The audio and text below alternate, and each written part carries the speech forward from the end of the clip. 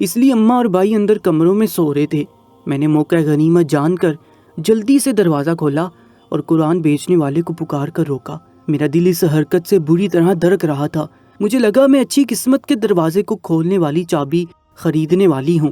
میں نے اس قرآن والے سے سوال کیا کہ کیا واقعی اس کا قرآن میری قسمت بدل دے گا؟ آخر اس کے قرآن میں ایسا کیا خاص ہے؟ میرے سوالات پر وہ قرآن بیچنے والا دروازے کے پاس آیا اور بہت یقین سے بولا، باجی قرآن لے کر خود آزما لو، اگر قسمت نہ بدلی تو بے شک مجھے قرآن واپس کر دینا اور اپنے پیسے لے لینا۔ میں اس بات پر چونک گئی تھی۔ ویسے تو ہم دونوں ہی جانتے تھے کہ ایک بار قرآن خرید لینے کے بعد نہ وہ دوبارہ یہاں آنے والا تھا، نہ ہی میں اسے اپنے پیسے واپس لے سکتی تھی، مگر پھر بھی اس کی بات نے میری دھارس بندھائی تھی۔ میں نے اسے کہا کہ میں قرآن خریدنا چاہتی ہوں، مگر وہ مہنگے داموں میں قرآن بیچ رہا ہے۔ میری بات پر وہ مسکرا کر پورے سرار سے لہجے میں بولا کہ باجی جہاں پوری قسمت بدلنے کا سودا کر رہی ہیں وہاں ایک 10,000 کیا اوقات رکھتے ہیں؟ عمر بھر کی آسانی خریدنے کے لیے یہ چند ہزار تو بہت چھوٹی رقم ہے۔ میں اس کی بات پر سوچ میں مبتلا ہو گئی۔ وہ بھی ٹھیک کہہ رہا تھا۔ میں اپنے گھر کے حالات سے واقف تھی۔ اگر ان 10,000 میں میرے گھر کے حالات بدل جاتے اور میری بہنوں کی شادیاں ہو جاتی تو اس میں کیا برائی تھی؟ میں نے اس قرآن بیچنے والے کو وہیں روکا اور خود اپنے کمرے میں پہنچ گئی۔ میں نے اپنے پرانے صندوقچے میں کچھ سال سے اب تک بچوں کو پڑھائی جانے والی ٹیوشن کے پیسے جمع کر رکھے تھے۔ جتنی کم فیس یہاں کے لوگ دیتے تھے مجھے امید تھی اتنا عرصہ بچوں کا ڈھیر پڑھا کر میرے پاس بس اتنے ہی کچھ پیسے ہوئے ہوں گے کہ میں قرآن خرید لوں۔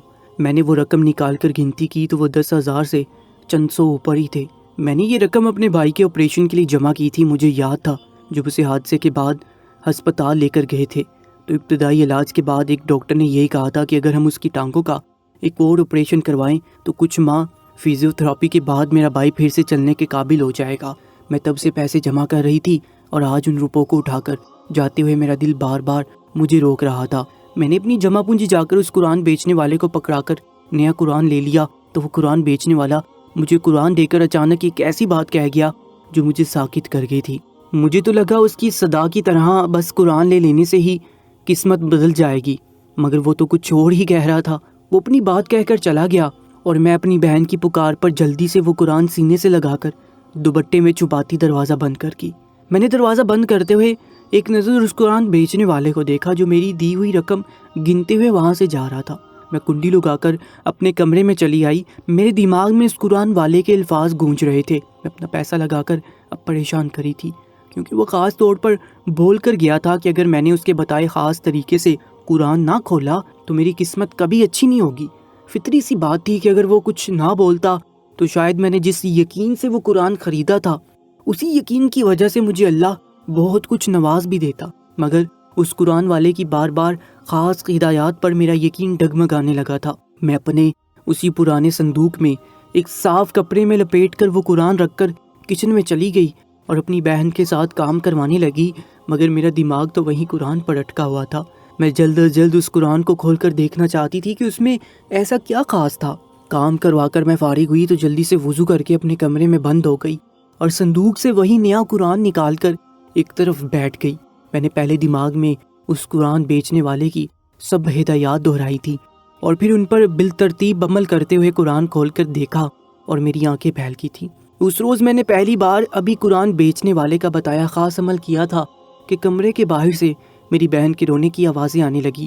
میں اٹھ کر باہر بھاگی تو دیکھا کہ میری اماں کی طبیعت بہت زیادہ خراب ہو چکی تھی اور وہ بالکل بے جان ہو رہی تھی۔ میرا دل خوف سے بند ہونے لگا۔ یہ سب کیا ہو رہا تھا؟ میں تو قرآن والے کے بتائے عمل کے مطابق ہی قرآن پڑھ رہی تھی، پھر کیسے میری ماں اس حال کو پہنچ گئی؟ یہ کیسا قسمت کا بدلاؤ تھا جو میرے رونگٹے ہی کھڑے کر گیا تھا؟ میں اماں کو دیکھ کر بری طرح رونے لگی۔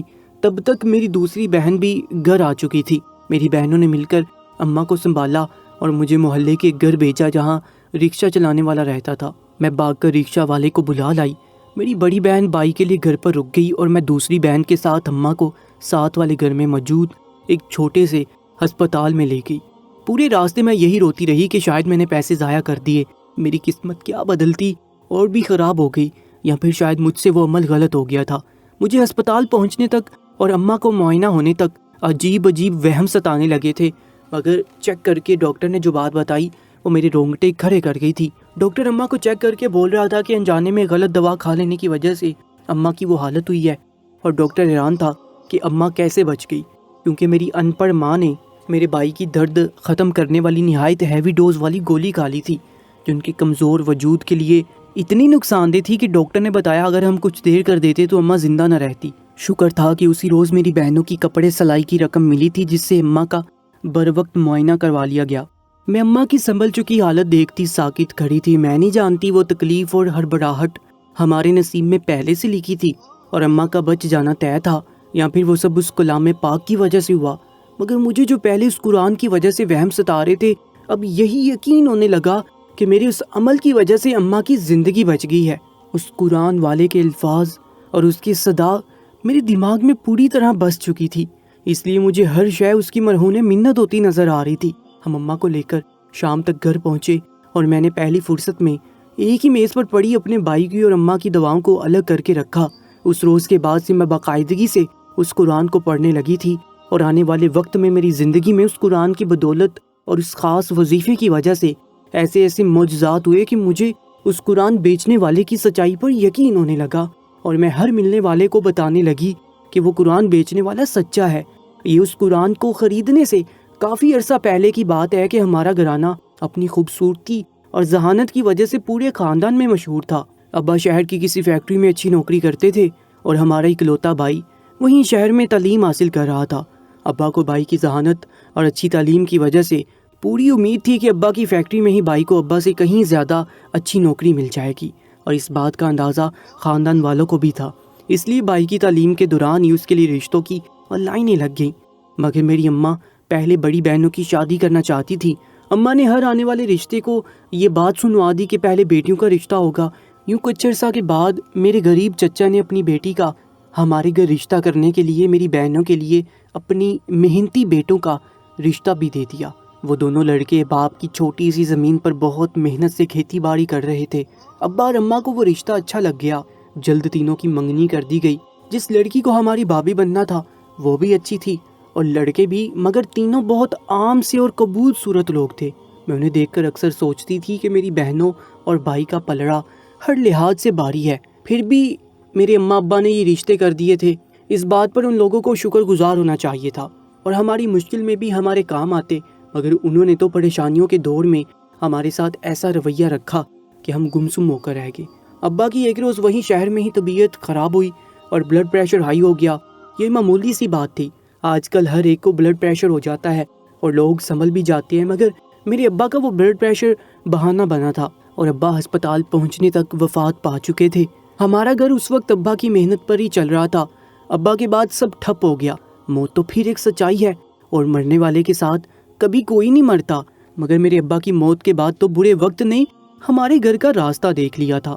اماں کی حالت ہر وقت بگڑی سی رہنے لگی اور ایک روز ان کو دل کا دورہ لگ گیا، جو اتنا شدید لگا کہ بمشکل اماں کی جان بچی تھی، مگر ساتھ ہی ڈاکٹر نے تاکید بھی کر دی کہ اگلی بار اماں کو ہارٹ اٹیک آیا تو وہ نہیں بچیں گی۔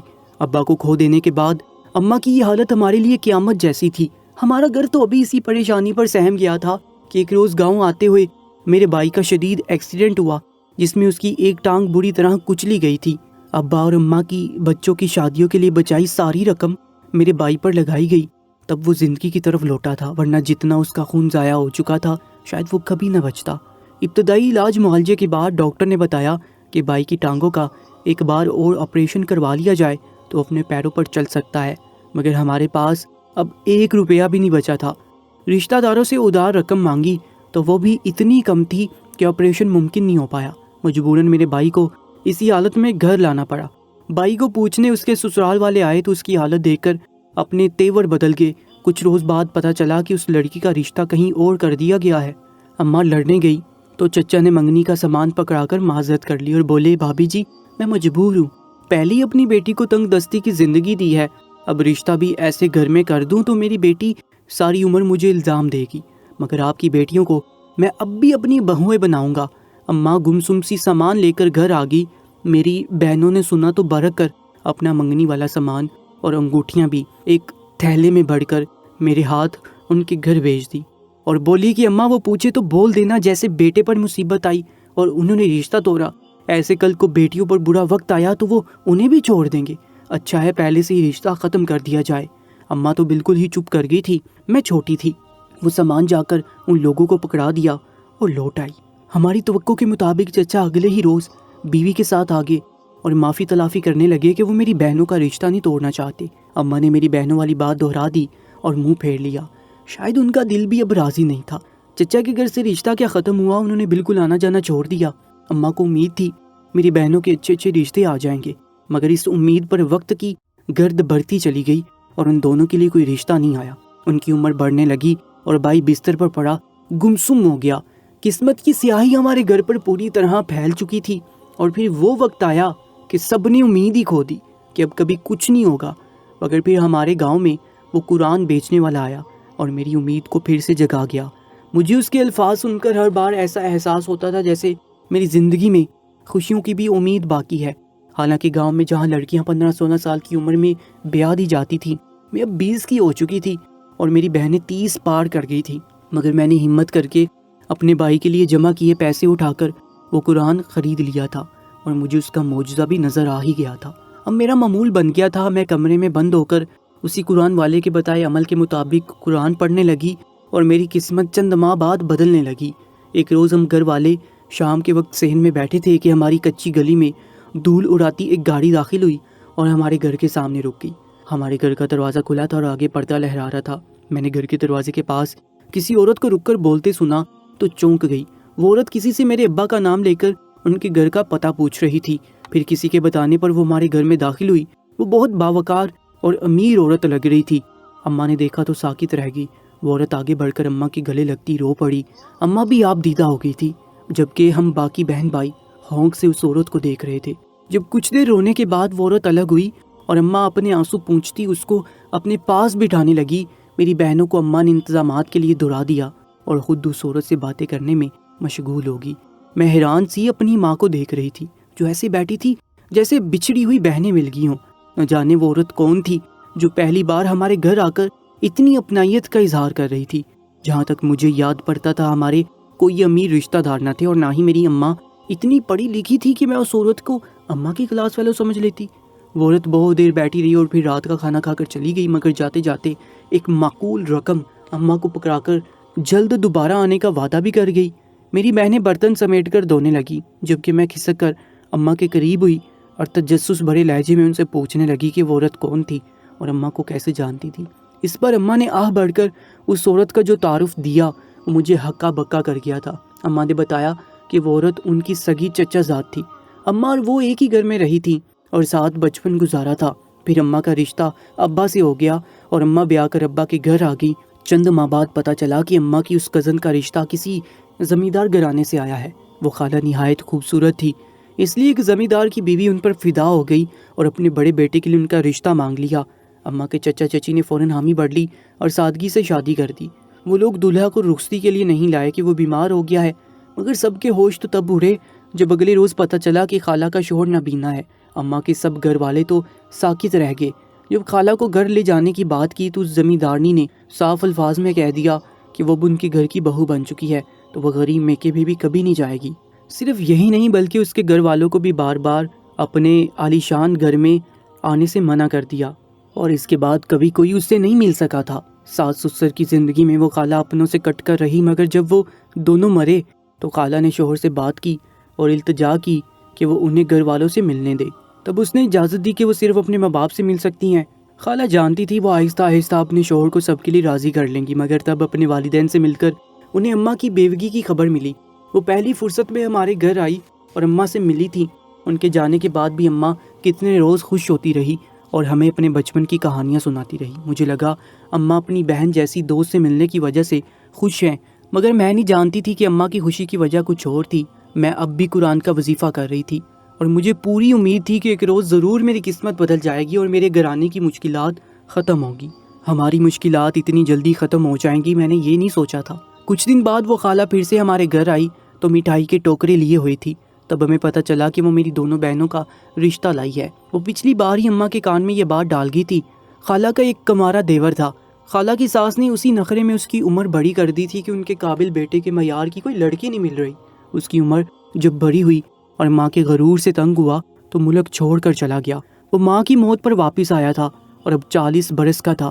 میری بڑی بہن کا اس کے ساتھ رشتہ کیا گیا اور دوسری بہن کا رشتہ خالہ کے بیٹے سے ہو گیا جو رنڈوا اور 2 بچوں کا باپ تھا۔ ہمارے لیے یہ رشتے کسی نعمت سے کم نہ تھے کیونکہ وہ دونوں جوان اور پیسے والے مرد تھے۔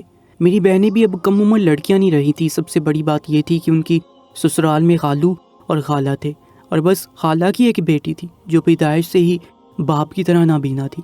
وہ بے ضرر سی لڑکی تھی اور میری ہم عمر تھی۔ اس کے علاوہ بس عالی شان میں کوئی ایسا نہیں رہا تھا جو میری بہنوں کی زندگی میں مشکلات پیدا کرتا۔ اماں نے رشتے ہوتے ہی جلد سادگی سے دونوں بہنوں کے نکاح کیے اور ان کو رخصت کر دیا۔ میری بہنوں نے جا کر ان کے گھر کو سنبھال لیا اور بدلے میں خالہ نے میرے بھائی کا اچھے ہسپتال میں پھر سے علاج کروانا شروع کر دیا۔ کچھ وقت بعد میرا رشتہ میرے ماموں اپنے بیٹے کے لیے لائے۔ ان کا بیٹا مجھ سے بس چند سال ہی بڑا تھا۔ ماموں نے رشتہ مانگتے ہوئے شرمندگی سے اماں کو وضاحت دی کہ وہ مجھے بہت پہلے سے اپنی بہو بنانے کی خواہش رکھتے تھے، مگر وہ رشتہ نہیں لائے کیونکہ بڑی دونوں ابھی کماری تھیں اور یقیناً ان کو چھوڑ کر اماں مجھے کبھی نہ بیاہتی۔ اماں جانتی تھی ماموں سچ کہہ رہے ہیں کیونکہ میرے ماموں اچھے تھے اور مشکل وقت میں بھی ہمارے ساتھ رہے تھے، تبھی میرا رشتہ ماموں کے گھر کر دیا۔ میرا کزن شہر سے پڑھ لکھ کر آیا تھا اور اب گاؤں کے سرکاری اسکول میں ٹیچر لگ چکا تھا۔ یہ رشتہ بھی بہت اچھا تھا۔ ہمارے گھر کی سب پریشانیاں ختم ہونے لگی تھیں اور سب لوگوں کا کہنا تھا کہ سب میری اس امیر خالہ کی آمد سے ہوا ہے، مگر میں جانتی تھی کہ یہ قسمت کا بدلنا اس قرآن کی وجہ سے ہوا تھا۔